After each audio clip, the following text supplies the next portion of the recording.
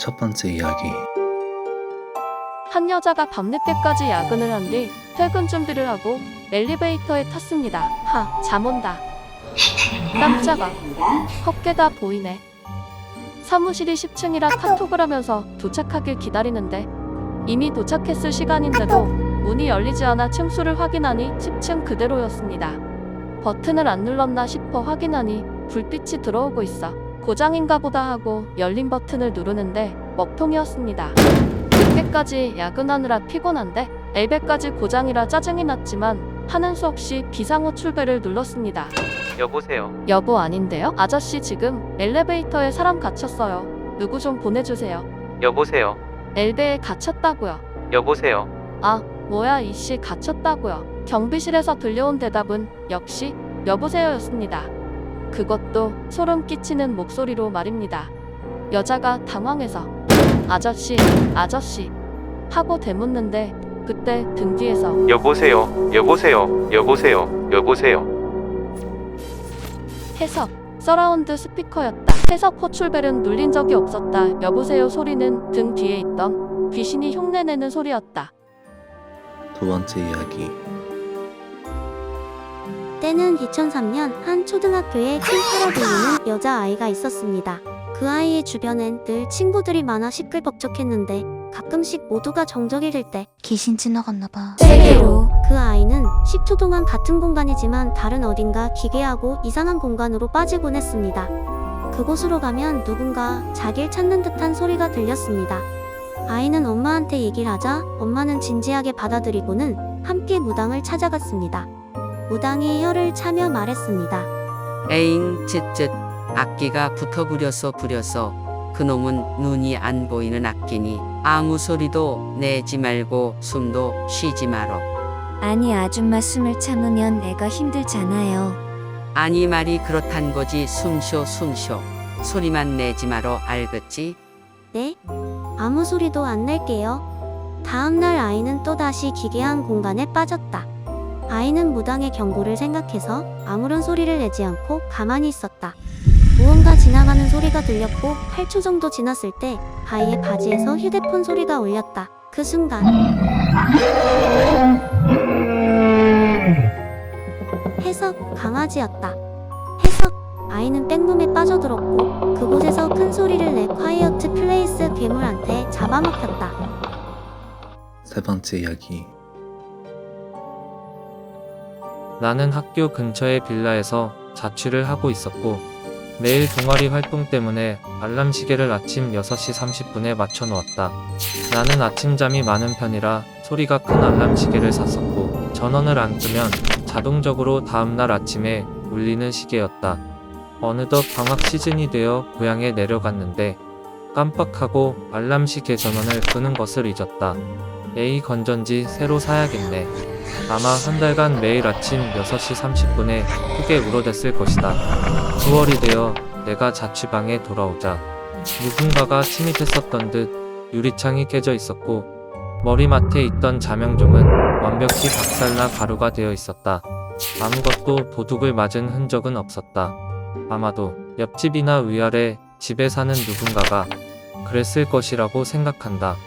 매일 아침 시끄럽게 울려대는 알람의 분노에 집의 방망이나 뭔가를 들고 침입해서 광분한 모습으로 시계를 부수는 모습을 생각하면 조금은 섬뜩하다. 물론 내가 잘못하기는 했지만. 해석 옆집 위아래 집이라고 했다. 그렇다면 최소한 남자 집은 2층 이상이란 건데 어떻게 유리창이 깨어져 있었을까? 그리고 남자가 고향에 안 내려갔어도 언제나 알람은 울린다. 남자가 고향에 안 내려갔다면 과연 어떻게 됐을까? 네 번째 이야기. 여자친구랑 창원 귀산으로 드라이브 하러 나갔다. 그런데 드라이브 중 터널 속으로 나이, 성별, 복장에 통일감이 없는 수많은 사람들이 줄 지어 걷고 있었다. 뭐고? 행사 있나? 이 주변에 뭐 없을 낀데 갑자기 옆에 있던 여자친구가 속력을 좀 더 내라고 재촉했다. 오빠 속도 좀 더 내라 빨리. 왜 뭔데 왜 그러는데? 새파랗게 질린 얼굴이었기에 더 이상 묻지 않고 일단 사람을 가로질러 터널을 통과했다. 터널을 빠져나와 사람들이 보이지 않게 되자 여자친구는 그제야 숨을 돌린 듯 했다. 그래서 뭔데 왜 그러는데? 그 사람들 다리가 없더라. 뭐고 크크니 뭐 개꿈 꿨나? 아휴 놀래라. 됐다. 집이나 가자. 기분 안 좋다. 알았다. 여친은 삐진 건지 더 이상 말이 없었다. 집에 돌아와서 단톡방을 보니까 친구들이 기산터널 근처 산에서 비행기 추락 사고가 있었다고 한다. 비행기는 추락 중에 지면에 들켜 아랫부분이 반파되었다고 했다. 해석: 여자친구 개꿈이었다. 해석: 비행기가 반파되어 승객들 발이 모두 없어졌다고 한다. 여자친구가 본 다리 없는 귀신들은 모두 비행기 승객이었다. 5번째 이야기.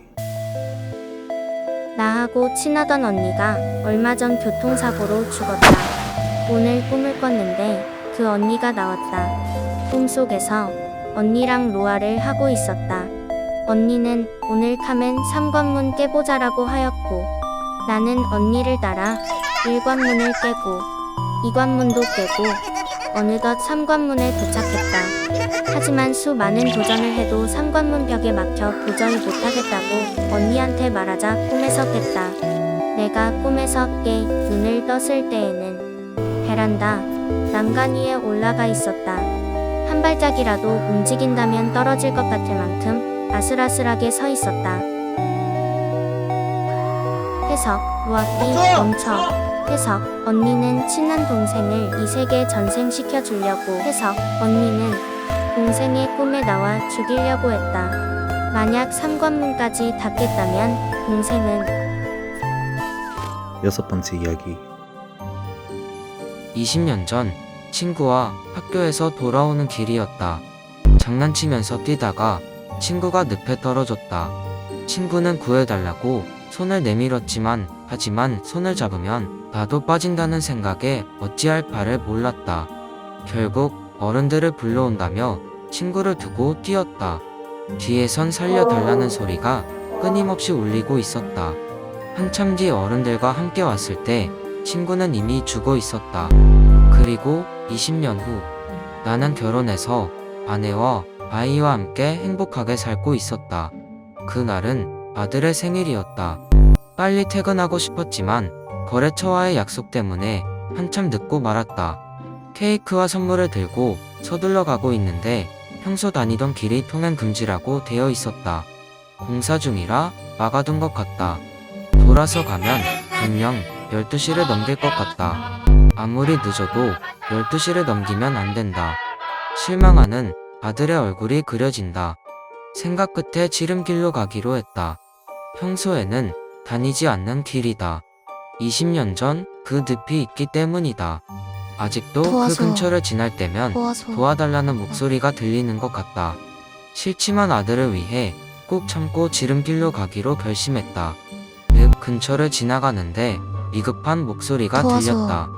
누군가 도와달라고 소리치는 것 같았다. 20년 전 기억이 떠오르면서 머릿속이 새하얘졌다. 나는 늪을 보지 않으면서 온 힘을 다해 달렸다. 20년 전에도 그랬었다.